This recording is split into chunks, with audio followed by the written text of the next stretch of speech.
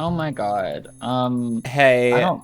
Hi. I don't know what I said in the first intro. So we're re-recording. What we talked about the rapture. I'm pretty mm, sure. We've talked about God's gonna come smite us. yeah. What? Ah! What? Oh, sorry. My Windows decided to give me a blurb. I hope that didn't come through in the audio. It probably did. This is I going mean, well I today. This audio, it's going well. I didn't hear anything. Do you want a dog update? Oh yeah, are you getting the husky? No. Well, Well, here's what happened. First of okay, all, tell me. my name is Patrick, and this is the What Do the Gays Think podcast. Today, I'm joined with the the brother from another mother and another father and a whole other A family, whole other Matthew. family. Hello, Matthew. How are you? Hi, it's kind of a somber I would say somber week happening right now. It's Mm, not the vibe. This week is not really the vibe. no, Uh, I agree. Today was a little overcast. The weather has been um, shifting constantly, to say the least, and my dog dreams are dead. so what happened? So did we tell the podcast this about the husky? I don't Oh, know if we're we gonna do did. it now. We're gonna do it right now. Go ahead, tell me what happened. There was a man who saw my boyfriend walking down the street with our two beautiful dogs and going, "Hey, I have a dog." And my boyfriend was like, "Okay." And he's like, "Hey, Okay. I have a dog that my son no longer wants because he doesn't want to take care of it anymore." I was like, "Hmm, weird." Anyway, but I guess your son was too young and realized it was too much, of a hassle. So he said, "Yeah, it's a purebred husky puppy. It's like 6 months old, and if you want it, let us know." So Kel has been mulling over the idea. I said yes immediately, but I wanted Kel to mull it over because I didn't want to just get it outright, and then him not want the dog, not enjoy the dog, whatever. Why he like So resents you forever. Yeah. yeah, I mean, he resents me forever anyway, but like this would just be another thing to add on to the list, and that list is already too long. It's sort of like one of those ridiculous scrolls that the moment he unfurls it, it just rolls down the street and it actually crosses state borders. Okay, And right. people in Pennsylvania can read it. So anyway, the guy said he wanted $1,000 for the dog. Now, I, in my very cursory Google searching of husky puppies, found that they can actually run anywhere from like $400 to $600 to like the most I saw was 2 grand for a husky puppy, depending on where you look. But the median that I found was around like $1,200. So I Mm-hmm. was like, okay, that's like $1,000 is like a little pricey, but like if that's the median, I guess that's fair. Although I did see some that were cheaper. And he said he had the documentation to prove it. So then Kel mulled it over for like a month basically, and or like 3 weeks, I should say, 3 weeks. And then I contacted the guy and I said, "Hey, are you still looking for someone to take the puppy?" And he goes, "Yeah." And I was like, "Okay, I just want to confirm that it's purebred, that it has all of its shots, yada yada yada, all the information about it, and what the price was because I had forgotten it." And he says the price is 1,500. And I was like, weird, because my boyfriend had said you asked for 1,000. He goes, yeah, but now it's 7 months old, and I have another person looking to buy it as well. No, no, no. Wait, what? No, no, no. That's So I was like, that's so what? Like because it aged and because now there's like a bidding war, not a bidding war, because there's more interest in it, you're gonna hike up the price. And I was like, I even said I was like 1,500's a lot for a husky puppy, purebred or not. And then he goes, well, I paid 2,200 for it, and I was like, you may have also overpaid for the dog. And he goes, because I told him, I was like, I've seen dogs for cheaper and they're purebred. He goes, yeah, but those places are scams. And I was like, this sounds like a scam. So then I don't respond. And he texts me back saying, hey, I spoke to my son. $1,000 is fine. And I'm like, you spoke to your son? I thought this was like a kid. Why does the kid have a say about how much the dog sells for? I was very very confused. concerned, confused, but I said I didn't want it. I was like, you know what? This is too weird. Pricing is changing. The market is too volatile. So I said, you know what? I hope that other family is good. Peace, love, and blessings. I'm outie. We're outie. Well, RIP. I would have been excited if you got a husky, but it's It's fine. okay. I'm sure. I'm And there, sure the husky will be fine. yeah, there are so many other dogs with so many other needs. I'm sure he'll find a family that needs him, and they'll ride off into the sunset together. I will say though, purebred puppies are expensive, especially when they're. Oh, I figured that if the puppy were to get older, then it would become cheaper because people don't want like older dogs. yeah, People want exactly. puppies. Yeah. So if it's a And puppy, also, then it's gonna be expensive. depending on the breed, different genders are more expensive because sometimes the females are Here we more go. My expensive. Windows is attacking me again. Sorry. Sometimes the females are more expensive because you can breed them, and sometimes the males are more expensive because they're studs. But that depends on the breed, obviously. Oh well, Um, I'm sorry that you didn't get a oh, husky. it's fine. Thank you for your condolences. I'm mourning the loss. How I mourn all my losses. I dissociate. Great, great. I said okay and great at the same time. It was like, oh great, Oh, oh Cardi B. no. Wait, I can't do it. I'm too white to make that noise. I think it would be considered racist if I did it. Well, okay. Okay. So let's talk about some somber topics. You know what? No, we're not going to talk about somber topics. At least first, we'll get there. We'll get there.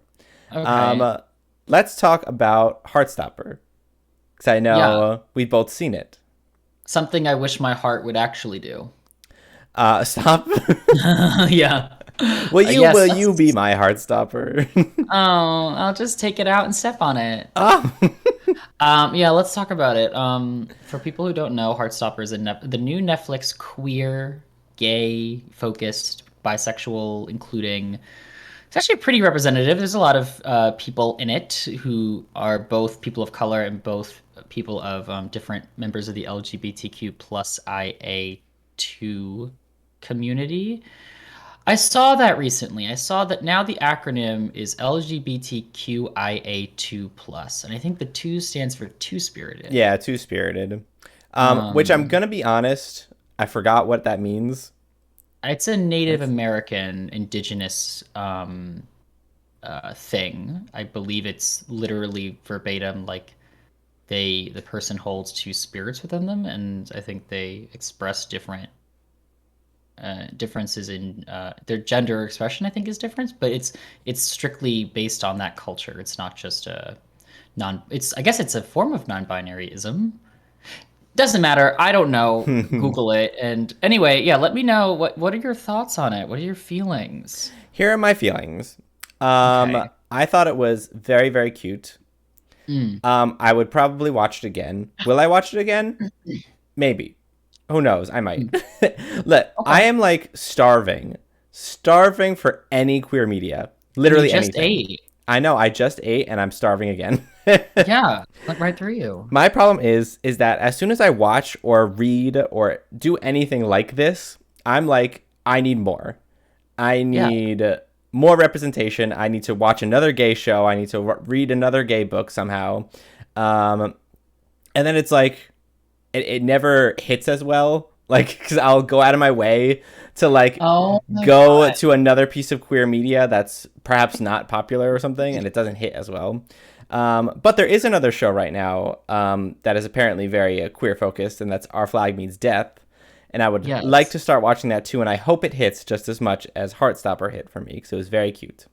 I have started watching Our Flag Means Death. I think I'm about halfway through the series, and I can, after we're done with Heartstopper, I can give a short little, not a spoiler, but just how Yeah, I feel don't about it. don't spoil me, but you No, can it'll say be, whether it it'll hit or not. be, yeah, it'll be how I feel about it thus far. So Heartstopper, though, Yeah, it hit. it hit. You sounded like a drug addict. You're like, the first one hit so hard, but everyone, like all the follow-up ones, just it never hits the I'm same. addicted to queer Um, media. Yeah. which is actually a true thing. Side note, apparently, with things like Molly, sometimes you can't reproduce your first time using it. I know I can't.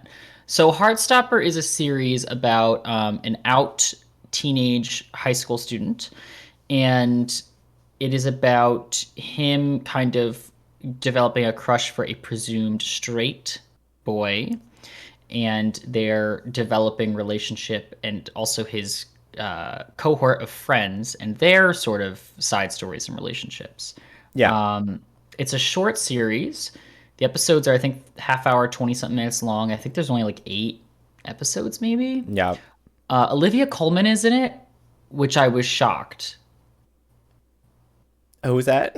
the mother of the crush, the guy, not the main character, the other Oh, character. okay. Yeah, yeah. Olivia Colman is Nick. a very well-respected, awarded actress, British actress. And, I can only imagine that half the budget went to just getting her there. And she's in the show for about a total of 10 minutes. She Yeah. has maybe like four scenes. So I don't know how they got her, but bless up for getting her. She's lovely. And Maybe she volunteered. Who knows? I don't maybe know. so let's start with the obvious. How did you feel about the actual relationship between the two boys, young adults, and was it a good representation? Was it an accurate representation of a queer relationship? Spoiler alert, we're going to spoiler territory. The main character identifies as gay. His love interest identifies by the end of the series as bisexual, so it is not strictly a gay relationship. I am gay, gay, gay. No. Putting it in Pulling his it. ass. Putting it in his ass. Yeah, I liked it. I like resonated a lot with the main character, I feel. Just the like awkward kind of nerdy high schooler, which I feel I basically was. Yeah, I think that's accurate. Yeah, so I Ooh. mean, so I like resonated with the main character. So I was like, yeah, I feel this. Mm, The like jock character, I obviously didn't resonate.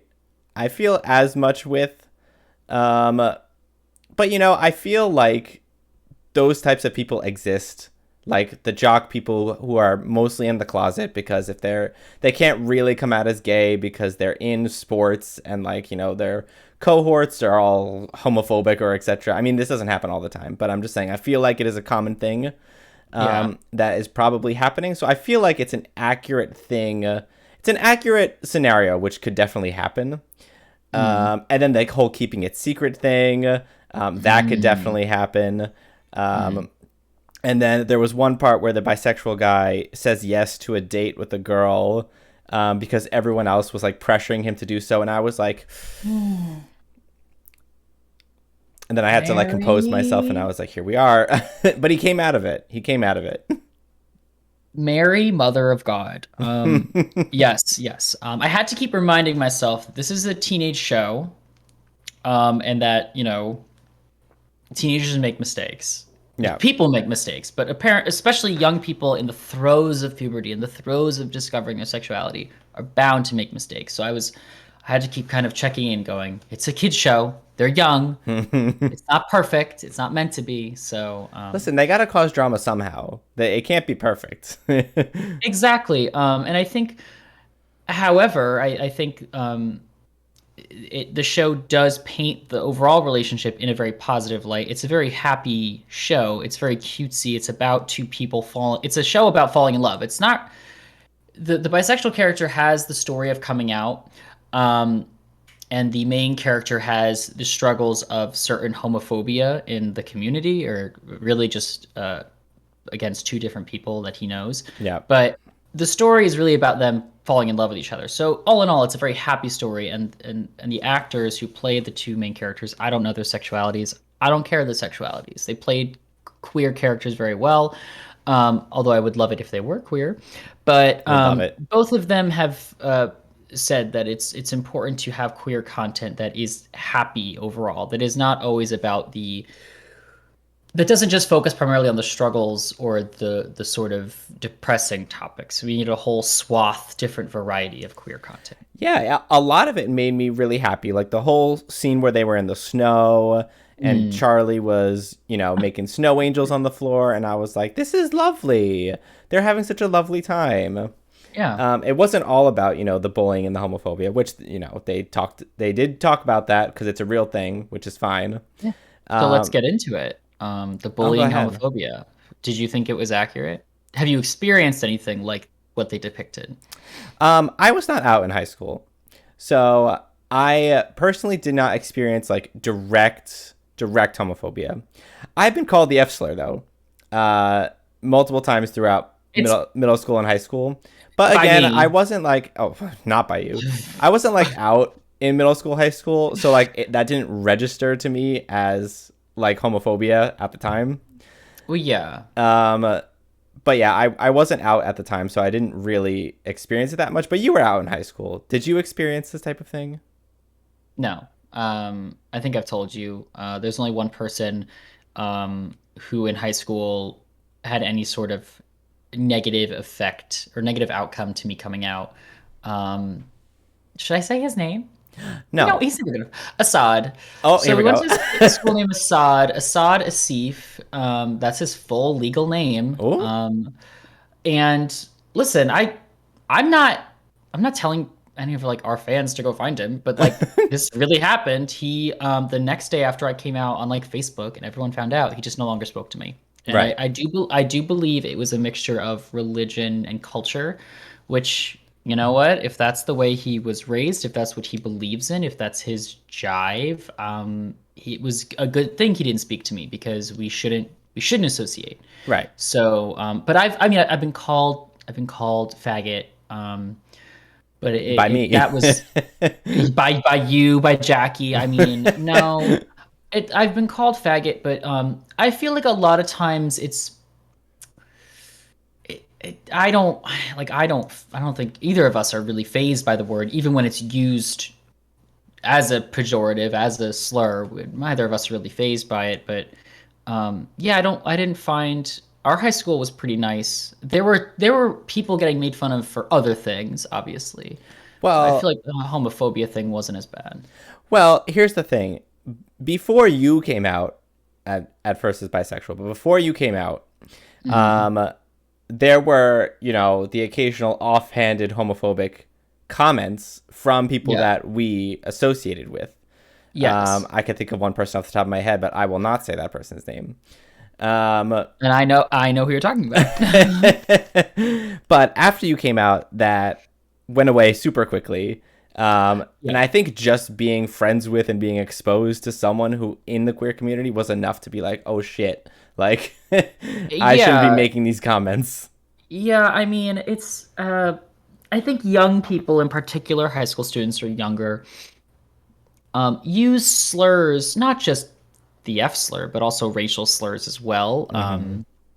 Sexist terms are used way more interchangeably than they probably should be used. And they're used way too easily. And as you age, you realize that those words do actually have a weight to them and some shouldn't be used and some should only be used by certain, I believe, groups of people who are warrant that. Yeah, or are reclaiming them as Yes. words of their own. Anyway, Um, so Heartstopper, we're back on yeah, it. so yeah, the homophobia I think was accurate. I mean, I've heard things like that happen. I think in particular, what I was happy about was the pace of the show is very fast. So in the first episode, the main character is in a pseudo relationship with this other closeted gay kid who is very closeted, and he wants him to keep the relationship a secret and sort of kind of like I don't want to say gaslight, but he like emotionally manipulates him Yeah. to maintain this level of secrecy, and that kind of internalized homophobia on the other kid's part, and that sort of homophobia and that sort of just bullshit is, I think, common for sure. The part where towards the end of the show he goes, "I'm not even gay. I just felt sorry for you." That was like I was shocked. I was very Yeah, shocked that he said that. the woman was too stunned to I speak. was very stunned by that Yeah. quote. I was like, "Oh shit, this kid is fucked up." He's so far in the closet. He's so He's far. seeing like Yeah. Christmas ornaments, and it's Ah. July. Oh my god. Like he doesn't know how to get out. Like he was so deluded that he wasn't gay. He was so against himself. He had to think of some excuse, and the best he could come up with was, "I'm sorry. I felt sorry for you." Like why? Like that's clearly a bullshit answer on his part, and it's just so funny because I'm sure some people do feel like that.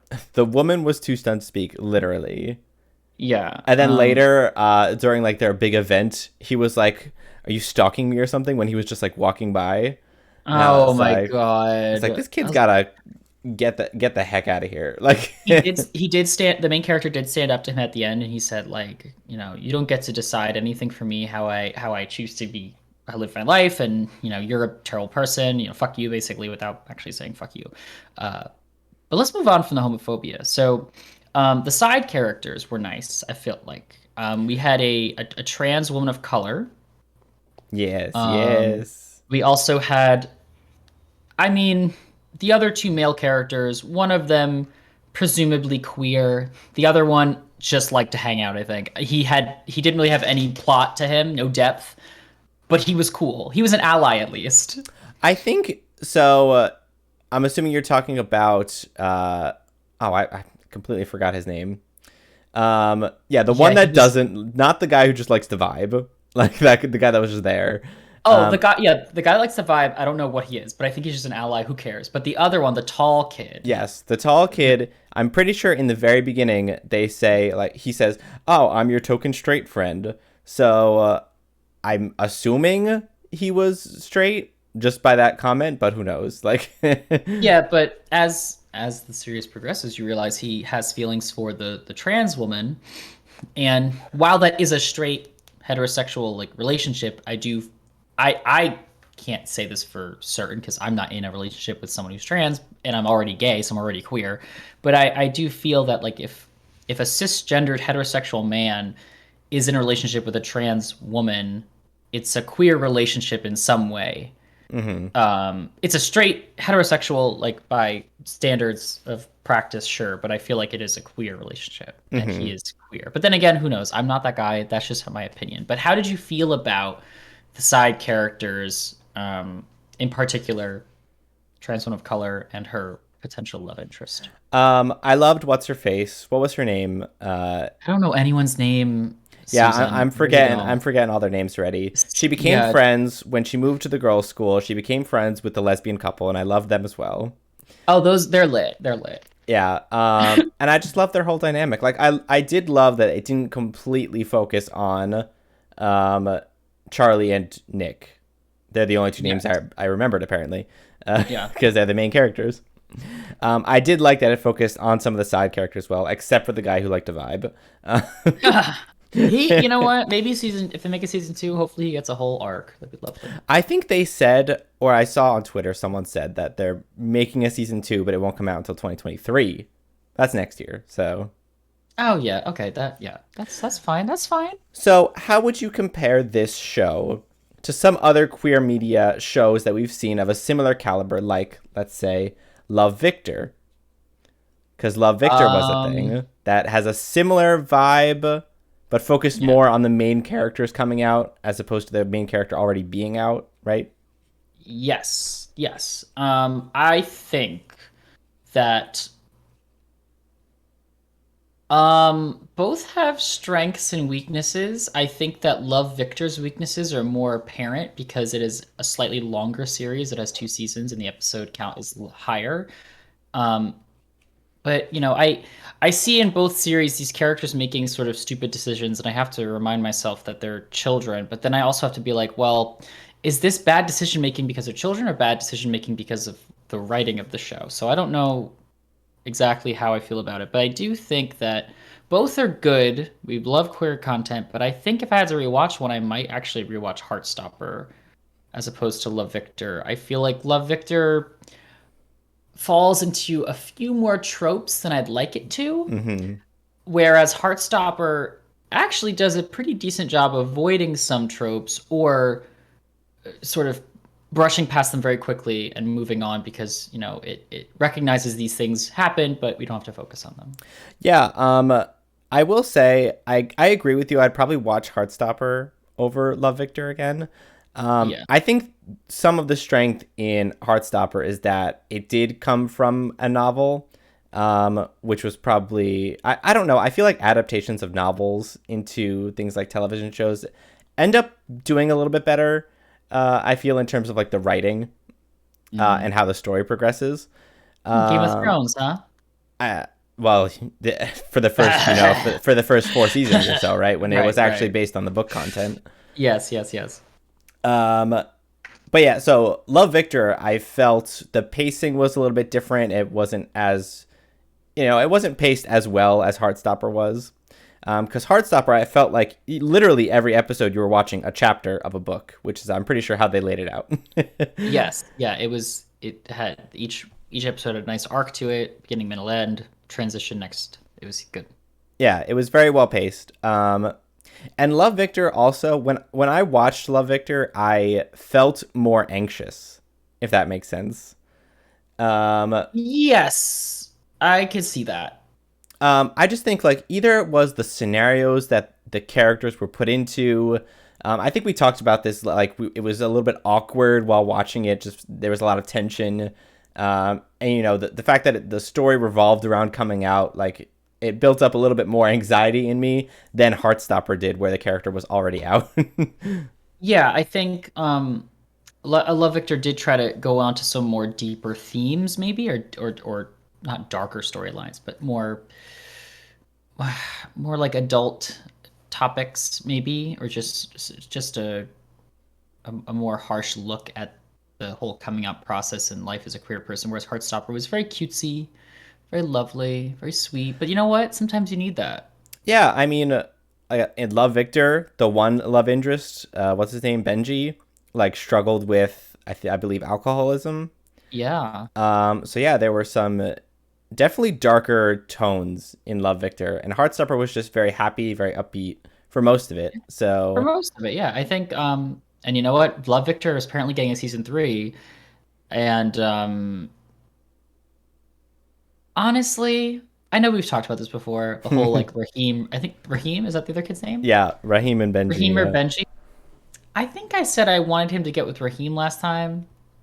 I don't want him to get with anyone. When you're in high school and you have your boyfriend or your first relationship, it's good, but I don't think it should last. What about for Charlie and Nick? I don't think it should last. No, I mean, sure. Well, let's listen. Some things last, some things are good, but some things end. They don't have to end badly. They just some things do end. Yeah, yeah.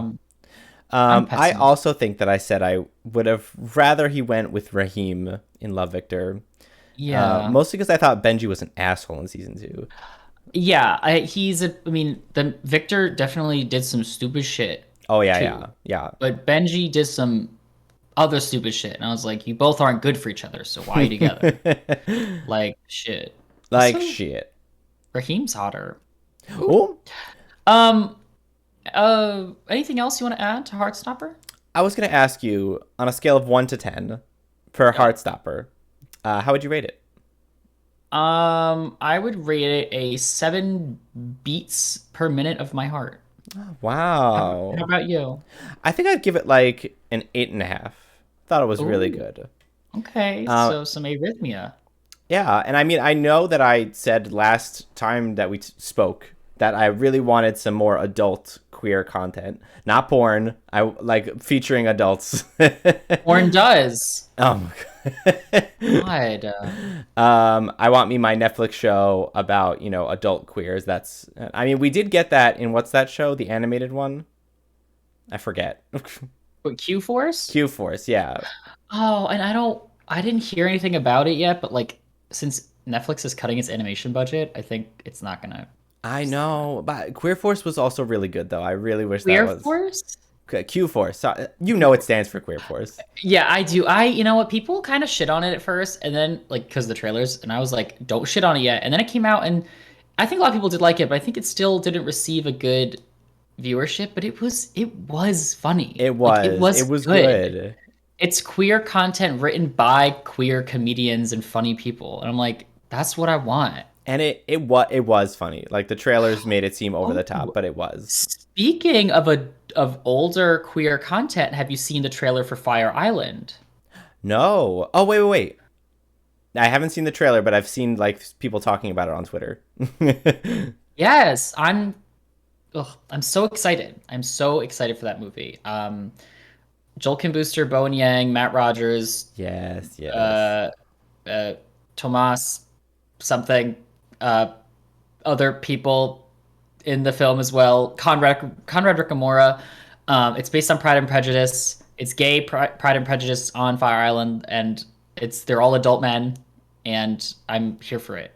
Wait, I actually think I did see the trailer for this. I'm pretty sure I Yeah. did. But also, I I'll go ahead. yeah. No, no, no. Tell me. I was gonna say also, Billy Eichner has a movie coming out soon as Yeah, well. called That's gonna be queer Rose. focused. Yes, I think he said everyone, all the cast members are at least at some point or in some form queer. and I live for that. I love that. Yeah, I'm surprised he didn't ask me to be in it, but then again, I don't know him, Well, and that's kind of I sad. would love to know Billy Eichner. Oh my god, I my would just love to be an extra. He better have made sure every extra in every shot was a is fag. also ah! Because if not, I was available. I would have flown to wherever he's shooting. I'm available. Oh my Um, god. Check my grinder profile. I'm available. Oh, Let's talk about, unless you have something else to add to Heartstopper. you know what? I do have one more thing to add. Tell me. So we were talking about this briefly. I believe we were playing a game or something, and we were talking about it on Discord. Oh, okay, yeah. You mentioned that there was some people who watched Oh, fuck, Heartstopper. yeah. Yeah. They watched Heartstopper, and they said it made them very depressed, very upset. Some people even refused to watch it because they basically it was an experience that they couldn't have. Mm, We talked about this briefly, mm, and I said, yeah, it's an experience I didn't have because I wasn't out in high school. I still consumed it, and I mm. still lived for it. Am I a little bit jealous of what happened in the show? Like, yeah, I wish that could have been me. But Yeah. that doesn't mean I'm not going to consume the queer content because I will consume any and all queer content that there is. Did it make me Yeah. upset? No, not really.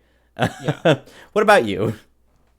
Well, cause yeah, we were in the car ride to the wedding we went to. And I said I was biased because I had a high school experience where I was out with my boyfriend at the time, my ex now, praise the Lord. Praise the Lord. Um, Saw him on Grinder, blocked him immediately. Oh, So, well, I just don't want to talk. Anyway, I was biased because I had the experience. So when I heard this on TikTok, I was kind of surprised because I was like, I've never in a film or any sort of media read, ingested something about a scenario which I didn't have that I wanted to have, and then either avoided the content or regretted it after I consumed it because it made me, triggered, upset, depressed. And I likened it to, my dad is not the best dad. Dad, if you're listening, you probably know that. oh. And if you don't, weird place to find out. So he wasn't the best dad, not always around. Um, when I watch films, shows, read books about present father figures, positive father figures in someone's life, I, I'm like, damn, that's like nice that people have it because I didn't. It's more of a gratitude thing that there are these sort of experiences happening, whereas I didn't have it. So I feel good for them. I do get a little sad, but at the same time, I know, with hindsight, that these things do happen.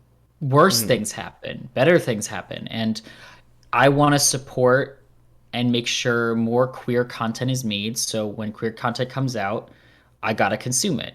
Is it always good? No. But I feel like this content is good for what it is. It's not perfect. Heartstopper is not a perfect series. It's not a perfect show, but I think it's much better than its faults. So I would encourage anyone who feels this way about series or any series that does this, you know, take a chance. But if you really do feel like it's going to put you in an unwell mental state, obviously avoid it because you don't want to do that. But I would say take a chance. How about you?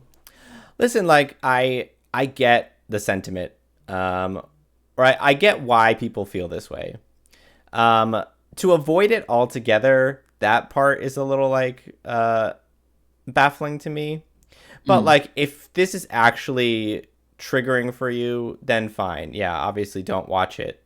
Um, but yeah, like I said, me on a personal level, I didn't have that experience. I wish that I did, and I did feel like a little bit of jealousy while watching, mm. but not to the point where it made me actively upset. I guess if that makes sense. Yeah, and just to kind of put everyone at ease, if you're one of these people that didn't have a high school queer experience, or let's say you're in high school and you currently don't but want it, it's not always what it's chalked up to be. It can be very uncomfortable. Uh, Navigating a queer open relationship in high school is very difficult. Um, it's a lot, and it's not necessarily always a positive thing. So I enjoy my queer relationships now much more as an adult than I ever did in high school, for a myriad of reasons we don't have time for. But you know what we do have time for? What do we have time for? I saw Ocean Vuong on Monday. I forgot. It's only Wednesday, People, Pat. I forgot it was Wednesday too. I thought it was Tuesday for a second. We're also late with this Um, episode, like very late. Listen, guys, Matt and I both said at the beginning of the podcast, this week's not the vibe. This week That is might have not been the in. vibe. It's not. Wait, was that the bit that got cut out, or is that part of it? Uh, we'll see. We'll see if I We'll fit that see. in. That might Okay. have been Well, in the intro that we had to cut. this week is not the vibe, regardless. So, people have on this podcast, whoever listens, hi listener, one of two of you, who knows. I do like Ocean Vuong. He's a poet, author, writer, and I got to hear him read in person at the 92nd Y in Uptown, or I guess that's considered Uptown, I guess, sure, in New York City. And he was with another author, and she went first. She read some poems, parts of her novels, and he read poems for his newest book, and it was lovely. He read three poems, I believe. One was one I already heard him dictate online, and the other two I hadn't heard him actually read. They're all great. And he's so soft spoken. His voice is so soft. He's such a tiny little thing. And he's actually Oh, pretty funny too, which was surprising. But the only thing I want to mention is uh, two things. First, he had a poem. I believe it's called Short Beautiful Loser? Beautiful Loser. I forget. It's in his newest book, Time is Mother. Funnily enough, one of the lines is, I wasted too much time watching straight boys play video games. And you know what? That hit deep. And it fucked me up. And he's absolutely right. I did waste too much time watching straight boys play video games. oh, is that in reference to like being in love with the straight boy? Yeah, And like kind okay, of, yeah. yeah, like hanging out with straight boys, but like most likely kind of liking one, and then wasting your time just watching him play video games because you wanted him to be interested in you, but that was never what was going to happen. Did you crush on any of our straight friends? No, I crushed on my friend John, who I routinely played video games with. Not But John, not John not Lee. not John Lee. Just drop his whole name, John Lee. I'm sure there's multiple John Lees, so it doesn't matter. Um, Also, John, if you're listening, I hope you get better. COVID sounds awful. He's 100% not listening. No, he's 100% not listening. He would He's a rather straight die. man. He is, sadly. So no, my friend John and I crushed on him a lot. And then I told him later on in life that I did, and then he was like, "Wow, you should have said something. We could have done stuff." And I was like, "A Oh little too yeah. late." But he's dead now, so I really can't do anything unless I was into necrophilia. Yeah, I remember this. But Actually, this exact conversation that we just had, we had on a different episode of the podcast as well. listen, I like bringing up trauma, and if you like that, keep on listening. Another poem he mentioned, another part of a poem he mentioned was basically the poem talks about how he was at a rooftop party in Brooklyn with a bunch of like writers and creatives, and a Hmm. white girl came up to him and said, "This is me going to pantomime the white girl. I don't know if she actually sounded like this, but I feel like she probably did. You're so lucky. Oh boy. You're Vietnamese and gay. You can write about so much. You're gonna sell so much because you have all this content and this experience to draw from. I'm just a white girl. I can't write anything like that." And Here we go. that is a bastardization of what the poem is. Please read it. It's much better than that. But basically, the following line, I believe, is that he was being told that basically his queerness, his foreignness, his ethnicity, his race, whatever, was like Midas touch. That basically whatever he wrote would eventually turn into gold for him because she was insinuating that being a minority gives you a leg up over a white person because you can draw a lot more from your culture, trauma, whatever. And she, implicitly stating that it's so much harder for a white person to write because it's not as interesting or it's not as rare. It was very awful to hear that someone had said that to him. And that is no good. yeah, Um, but it, the poem's funny though. it kind of reminds me of I posted a video on TikTok the other day that did okay, uh, but I got some comments on it. So basically, the TikTok that I posted was about how I was speaking to my cousin, and she basically asked me, of course, when I was gonna have children, and I was like, I don't even know if I want children, and she goes, "What do you mean? Oh, You're supposed to have children?" And I was like, "What do you mean I'm supposed to have children?" She's like, "It's what you're supposed to do." And I'm like, "Okay." Apparently now the life goal of everyone is to have children, and no, if you don't, then you're not doing it right. And then basically someone commented, and that was like, "Yeah, that's as gay people, we are privileged to be able to look on these heteronormative like rules that society imposes on us, and we can like ignore them." And I'm like, okay, just because we can think outside the box because we're queer doesn't make it a privilege. yeah, I think that that's not a privilege. I would say that is a helpful benefit, but that is not privilege. That does not give us any sort of leg up over another group. It does not make us uh, better than heterosexuals. It does not give us more of a strength, ability, anything over heterosexual. So it's not privilege. I think privilege is a pretty heavy term now, and it's not privilege. It's It's not. good. It's not. It's kind of cool, but it's not. And heterosexuals are more than capable of having reflective conversations about whether or not they should have children or not. I feel like that's more of a problem within the heterosexual community, of course, because they can biologically very easily have children, Yeah. but it's also a structure of the family, what we consider nuclear family in our societies, but particular the United States, and particular in some communities such as white people, or depending on what race you are and what culture you're from. So Yeah. that's wild. I wouldn't call it a privilege. But anyway, it was wild that she was just like, "Yeah, you're supposed to have kids." And I'm like, I'm not supposed to do anything. I Yeah. I'm not supposed to exist. I should have been aborted. Speaking of abortion, um, Oh God. Okay. Yeah, let's talk about it for like 5 minutes, maybe. Let's not dwell on it. I feel like we've all seen enough discourse on Twitter or whatever social media platform that we're on at this point to realize where everybody stands. But we'll just give the update in case you live under a rock. mm, So there was a leak to a Supreme Court draft decision that would effectively overturn Roe v. Wade, and Casey, the other case, Casey v. Anthony, yeah. I think it is, basically overturning both of them, which protects abortion pre-viability, which I think is like 24 weeks, technically. I think it's 24 weeks. Mm, So basically, abortion rights are protected federally for all states before 24 weeks.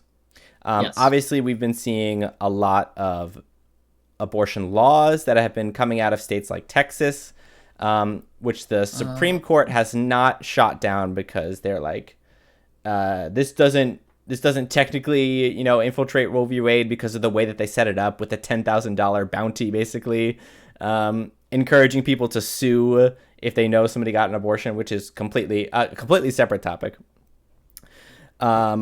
But basically, it looks like the Supreme Court. There's at least 5 conservative justices on the Supreme Court who have decided to overturn Roe v. Wade. What the draft decision will eventually look like, who knows? Because this is just a yeah. draft. But ultimately, to me, it seems like regardless of the exact wording of whatever they put out there, the reason their decision, I think the decision is made, and I think it's going to be overturned. What are your thoughts? Um,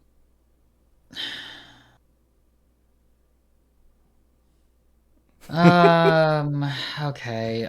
This is I why this mean, week is not the vibe. yeah, I mean, clearly everyone listening, just by the title of this podcast, probably knows where we stand on it and a woman's right to choose, or, a vagina, uterus, reproductive, fertile person's right to choose, I should say. So I'm not gonna wax eloquent about a woman's right to choose. I'd much rather focus on the anger from some people about the leak itself. Um, Right, yeah. and they're saying that, especially a lot of conservatives, Republicans, saying that this leak is a, breach of security, and how dare whoever did this.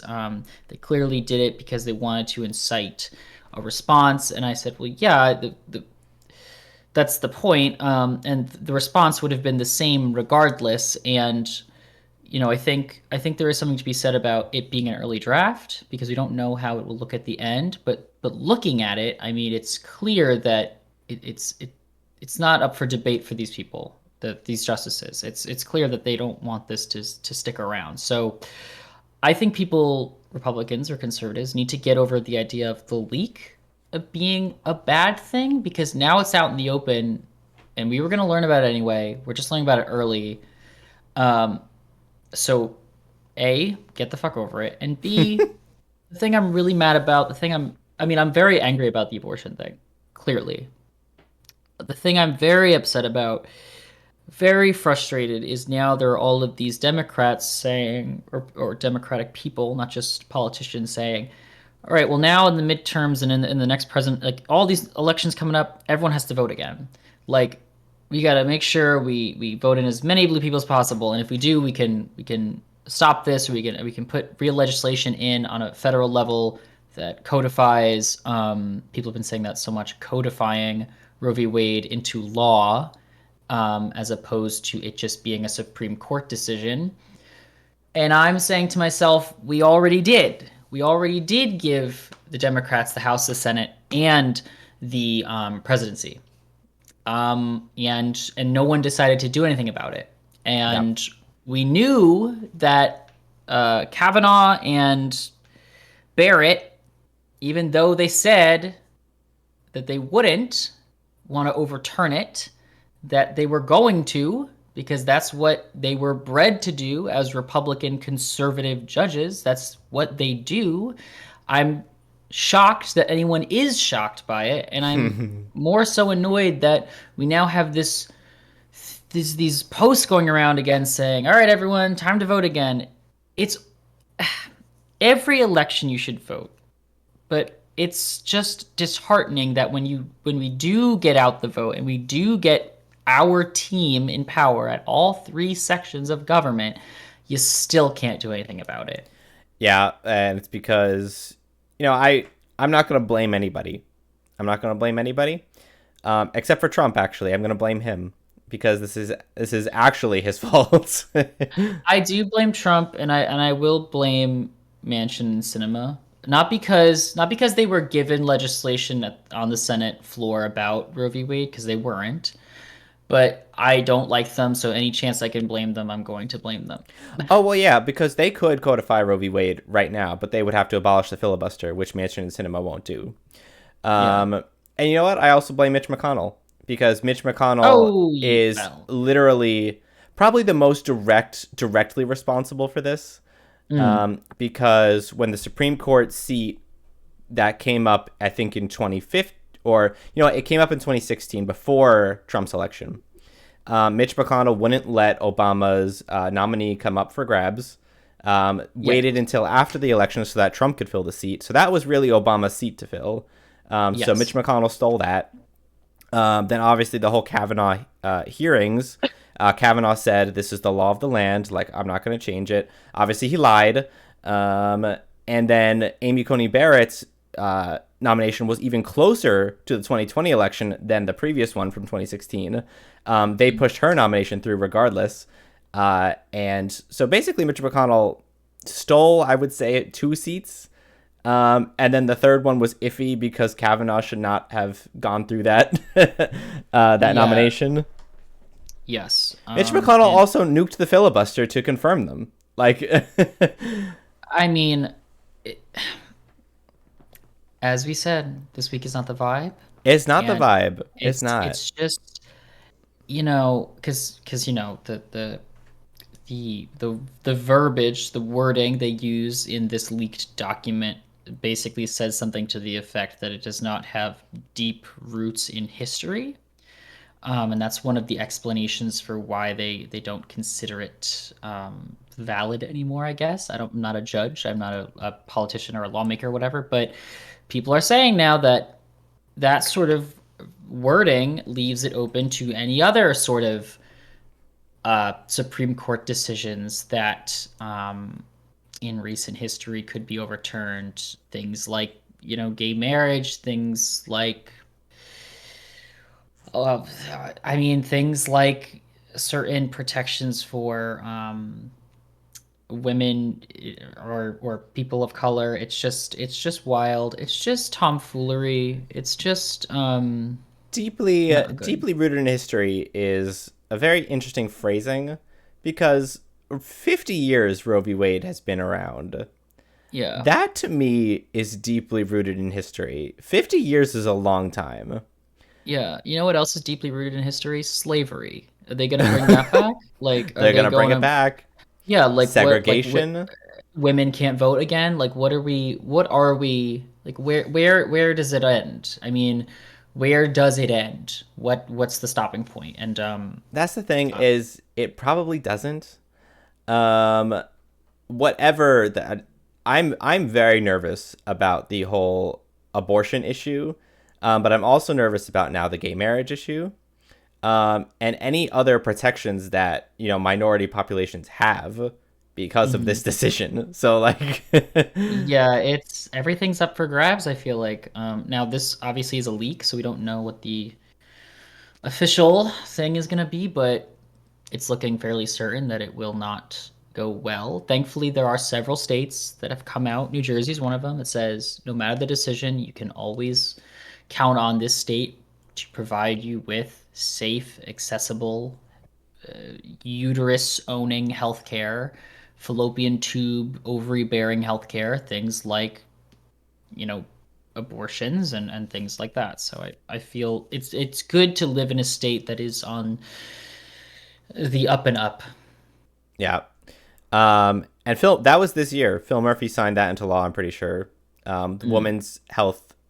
I don't know if it's exactly called this, but the Women's Health Protection Act in New Jersey. I'm pretty sure. If it's not that exactly that, I'm sorry, but it's something similar to that. In New Jersey was just signed this year by Governor Phil Murphy. So at least he did one thing right. Yeah, well, I mean, I feel like he's been a pretty cool dude. I mean, I like Phil Murphy. I'm not gonna lie. A lot of people don't like him though, I like the especially in my weed thing. area. I do like Well, the weed thing. we all know why your area is like that.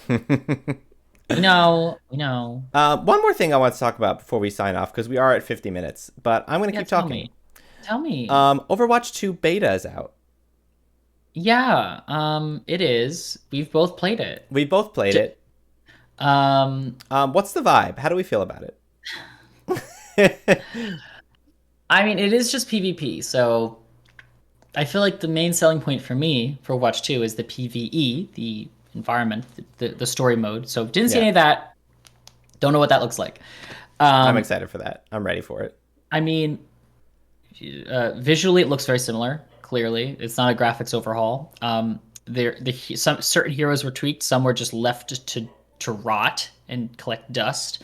And then, of course, there was a new hero, Sojourn, introduced, and there was also it's now teams of 5, so it's one tank, two DPS, two healers. There's the couple new maps. There's the new push mode, and it's fine.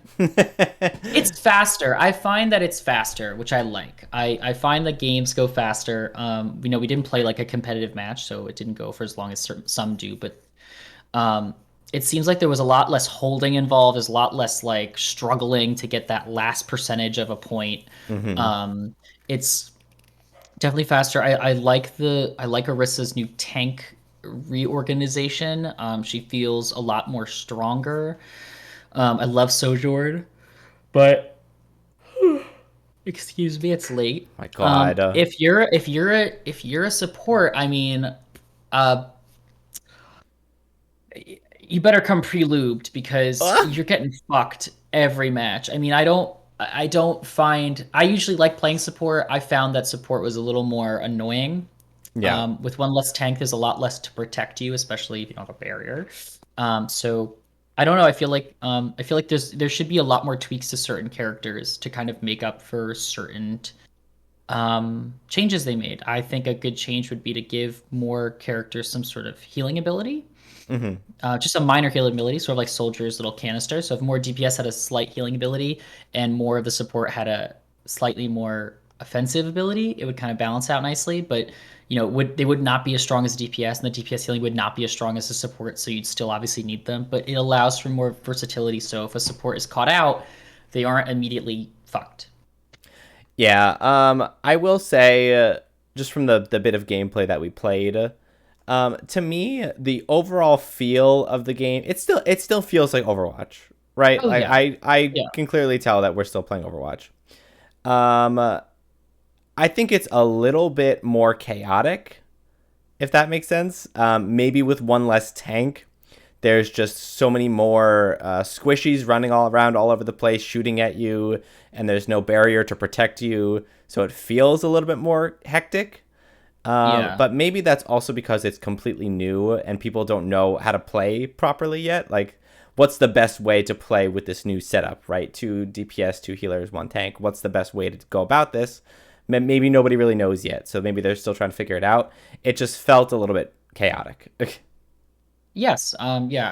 I distinctly remember we were playing a push map. The push map. I think it's like Ontario or Toronto or something. Um, and yeah, it just seemed like a team fight would occur and then a, it would explode and then would reset and the team fight would occur and explode again and it was just very uncoordinated. Maybe it's just we were I'm not a good player obviously, so I'm not good at the game, but I don't know. It was weird. Yeah, and ultimates took way way longer Oh to charge up, yes. which I'm kind of Which fine with. I'm kind of yeah, fine with I'm it. I'm fine with that. I didn't. They're more important. They're more of a valuable resource, and you should use them more strategically now. Yeah, yeah. I vibe with that. You vibe. Oh, I've been. We vibe in. Is there anything else you wanted to talk about? Um, no, the only thing I want to say is Overwatch 2 beta, Overwatch 2. I'm very excited for the PvE. I hope it really because if the PvE is shit, the game is shit. Like the whole point of doing a sequel, the marketing at least has been to give us this new mode, and it has to be robust. It has to be a full plotted game mode. It's totally different than PvP that is worth spending the money I'm ready. to actually get it. So it better slap. And you know would be even more awesome. I don't know if this is confirmed. It could be, but if it is a co-op campaign where you could play with your friends, Oh, I think it is. that'd be pretty lit. Oh, that's even more lit. I do. And then of course, I'm sure you know, but the heroes get different abilities in the PvE mode. I think I think I saw trailers for that. Yeah, where they get slightly different abilities, and it's kind of Oh, like a level up system, I guess, where you yes, where you can yes. make them more powerful. Uh, Ah, also Diablo Immortal's coming to PC, so that's cool. well, I've never played. Well, it's not out yet. Should we do a would you could you should you? All right, I have one for you. Okay. It's Pride, or it's like Pride season, Yeah. and you're actually going out. You're gonna have a good time. You're going to like I don't know some Pride event, like let's say New York or Jersey City, whatever. It's like a club music, but it's outdoors. It's summertime. It's lovely. They got music. It's hot, but like it's not like sweating hot, but it's perfect. Like you're in shorts and a t-shirt. It's on a rooftop, so there's a breeze. Drinks, sort of like the one we went to. That Okay. one, Yeah. the Yeah. one time you had like a city pride sort of experience. Yeah. Yeah. And I got Um, really blasted. Yeah. yeah. So you're out there, and you're vibing. I don't know, me, Jackie, and whoever are there. You're drinking a lot though, and you gotta pee. Okay. So you go to the bathroom line. I'm in the Do you know? bathroom Do line. you know where this is going? Is someone gonna offer me a drink? So someone behind you taps you on the shoulder, and wants to strike up a conversation with you. Now, this person looks just like your boyfriend, Oh, okay. just like him. And you're like, whoa, I didn't know you were going to be here. And he's like, what are you talking about? And you're like, you look just like my, and you take out a picture, you show him, and he's like, whoa, I do look just like him. And you're like, are you fucking with me? And he's like, no. So then you call your boyfriend and he answers, and you FaceTime him and he answers, and he's at work. And he's like, why are you calling me? I'm at work, like saving lives. Can you not do that? Go hang out with your faggot friends at Pride. And you're like, Ah! okay.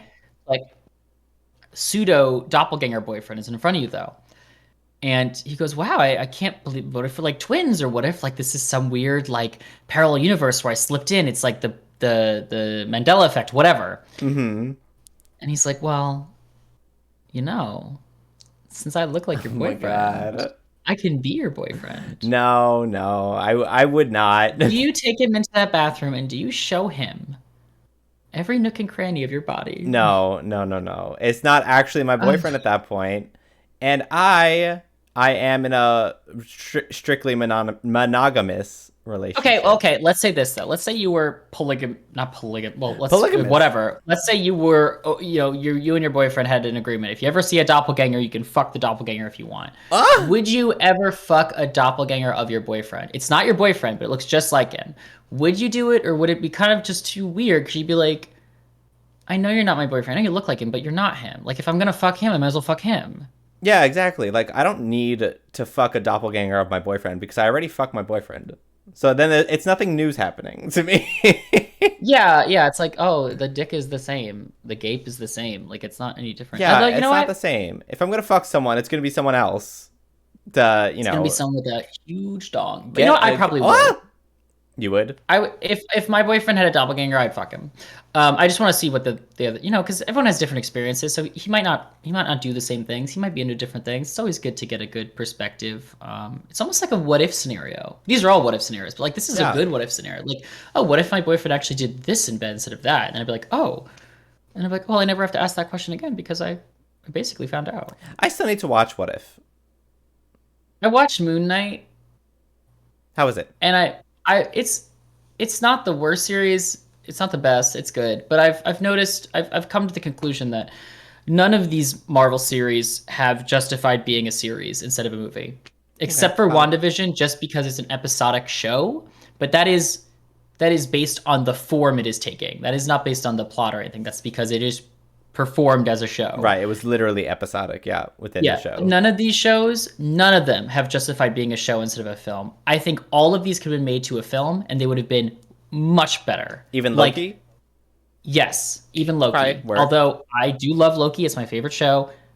I think even Loki as a film would have been better. And I think the pacing for these shows is just not good. The That's plots are whatever. It's a fucking superhero show. Whatever about the plot. Some of the acting's good, some of the acting's bad, but the pacing, the emotional build-up, the tension that builds up, the payoffs are just fucked when you have them over this extended period of time, and none of them have justified being a series. right. None It's of them. it's not giving share. It's not the vibe. It's not. Moon Knight's fun, but it would have been better as a film, and that's just, you know what? That's just how I feel about it. If you don't feel that way, it's fine. You don't have to feel that way. Work, Diva. Let's wrap up. Thank you everybody for listening and watching this episode of the What to the Gays Thing podcast. Go ahead and give us a follow on Twitter at WDTGT Podcast, or you could just search What to the Gays Think. It'll probably show up. Maybe. Who Or knows? something else. If you like watching people play games sometimes, we do that sometimes at our What to the Sometimes. Gamers Think channel on Twitch, link in the description. Um, and yeah, if you want to join our Discord server, it's called Pride Empire. The link to that is also in the description. We chat in it occasionally. I chat in it a little bit more often than Pat does here because he's a noob. I don't know. And he's not as interested in chatting with you guys because he hates you and I love you. Okay. Okay. Okay. Cool. Anyway, thank you for listening, and I am Mac Lubick. And I am just riding on Nightwing's biological wings because that's what he has now. And you know what? I would take a feather and I'd keep it for myself as like a memory. I'd put it as like a little bookmark. Oh, cute. Goodbye, everybody. Goodbye.